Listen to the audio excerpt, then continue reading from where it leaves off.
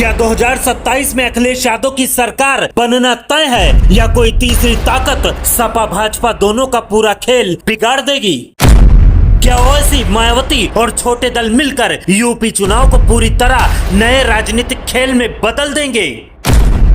अखिलेश यादव की टिकट देने की नई रणनीति और 300 प्लस सीट का दावा क्या यूपी की सियासत पलट देगा? क्या अयोध्या की बीकापुर विधानसभा सीट पर हाजी फिरोज खान गब्बर के बड़े दावे के बाद समाजवादी पार्टी ने अपना सियासी गणित सेट कर लिया है?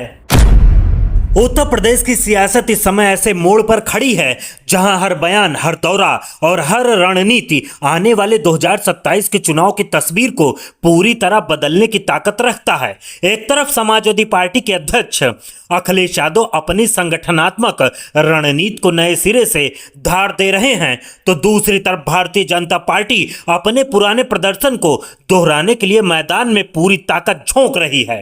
तो वहीं बहुजन समाज पार्टी की प्रमुख मायावती भी अंबेडकर जयंती के मंचों से अपनी राजनीतिक मौजूदगी का साफ संदेश दे चुकी हैं। इसी बीच असदुद्दीन ओवैसी की एंट्री और छोटे दलों की सक्रियता ने पूरे सियासी माहौल को और ज्यादा उलझा दिया है। अब सवाल सिर्फ सरकार बनाने का नहीं, बल्कि यह है कि किसके पास जनाधार की असली ताकत बची है और कौन किंग मेकर की भूमिका में उभरता है। अखिलेश यादव की रणनीति इस बार बिल्कुल अलग मानी जा रही है। पार्टी के भीतर लगातार यह संदेश दिया जा रहा है कि इस बार टिकट वितरण में सिर्फ वफादारी नहीं, बल्कि जमीनी पकड़ सबसे बड़ा आधार होगी। पार्टी में यह भी साफ संकेत दिया जा रहा है कि जो नेता सिर्फ नाम के लिए सक्रिय हैं या जिन पर संगठनात्मक पकड़ कमजोर है, उन्हें टिकट की दौड़ में पीछे रहना पड़ सकता है। वहीं जो नेता लगातार गांव-गांव जाकर जनता के बीच सक्रिय हैं, संगठन को मजबूत कर रहे हैं और बूथ स्तर पर पकड़ बनाए हुए हैं, उन्हें प्राथमिकता दी जाएगी। इसी रणनीति ने पार्टी के अंदर हलचल बढ़ा दी है, क्योंकि कई पुराने और बड़े चेहरे भी अब अपनी स्थिति को लेकर असमंजस में नजर आ रहे हैं।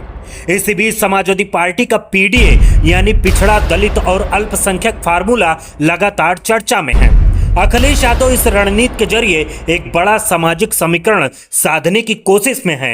गांव-गांव अंबेडकर जयंती के कार्यक्रमों से लेकर लगातार जनसंपर्क अभियानों तक पार्टी यह संदेश देने की कोशिश कर रही है कि वह जमीनी मुद्दों से जुड़ी हुई है। हाल ही में कई जिलों में हुए आयोजनों ने यह संकेत दिया है कि समाजवादी पार्टी अपने पुराने वोट बैंक को फिर से मजबूत करने की कोशिश में जुटी है। अखिलेश यादव ने साफ कह दिया है कि बागी नेताओं को टिकट नहीं दिया जाएगा। दूसरी तरफ भारतीय जनता पार्टी भी पूरी तैयारी के साथ मैदान में है। भाजपा का संगठनात्मक ढांचा और सरकार के कामकाज को लेकर उसका प्रचार तंत्र लगातार सक्रिय है।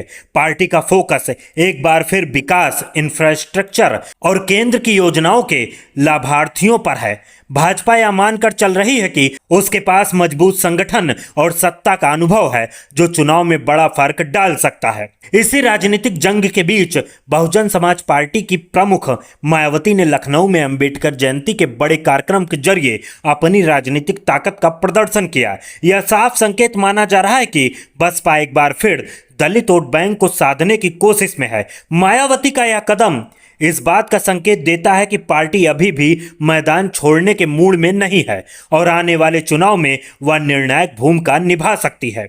उधर राजनीतिक गलियारों में कांग्रेस और समाजवादी पार्टी के बीच गठबंधन की चर्चाएं भी लगातार जारी हैं। अखिलेश यादव पहले ही साफ कर चुके हैं कि वह इंडिया गठबंधन के साथ मिलकर चुनाव लड़ने की दिशा में आगे बढ़ रहे हैं।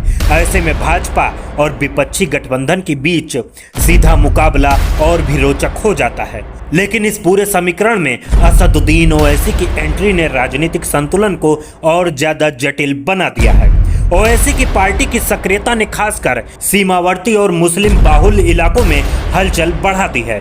राजनीतिक विश्लेषक मानते हैं कि अगर ओवैसी तीसरे मोर्चे की दिशा में मजबूत कदम बढ़ाते हैं तो यह सपा, बसपा और भाजपा तीनों के वोट बैंक पर असर डाल सकता है। बिहार में पहले हुए उनके प्रदर्शन का उदाहरण भी राजनीतिक चर्चाओं में बार बार सामने आता है, जहां उन्होंने 5 सीटों पर जीत दर्ज कर राजनीतिक समीकरणों को प्रभावित किया था।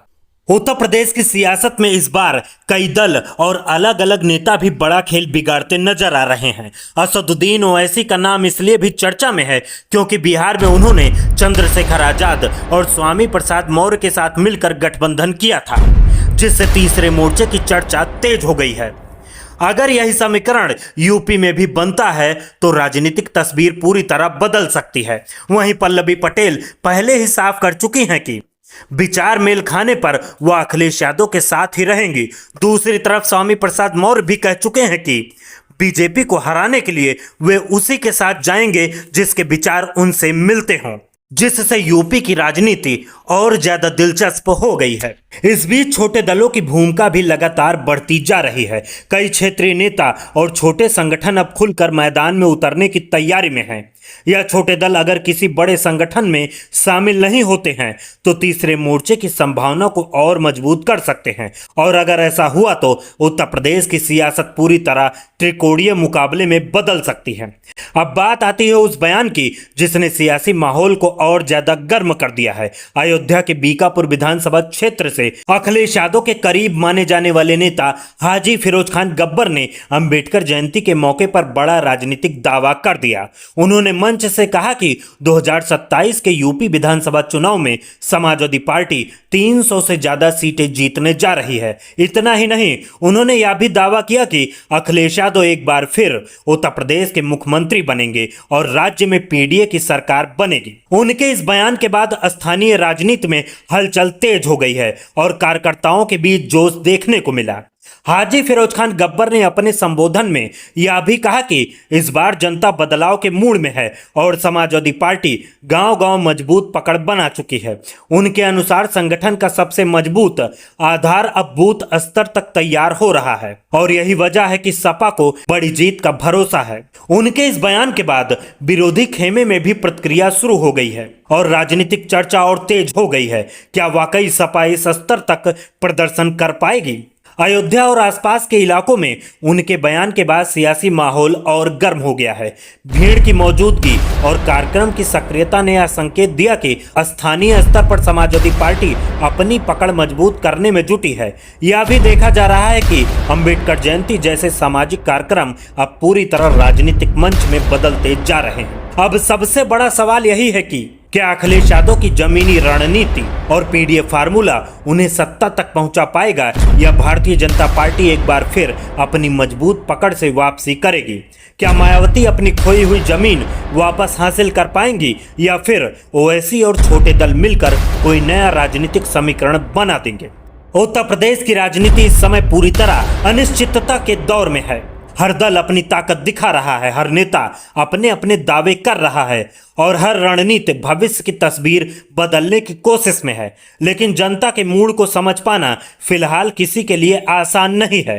यही वजह है कि 2027 का चुनाव सिर्फ एक राजनीतिक मुकाबला नहीं बल्कि एक ऐसा बड़ा सियासी इम्तिहान बनने जा रहा है जिसमें कई चेहरे चमकेंगे और कई समीकरण टूटेंगे।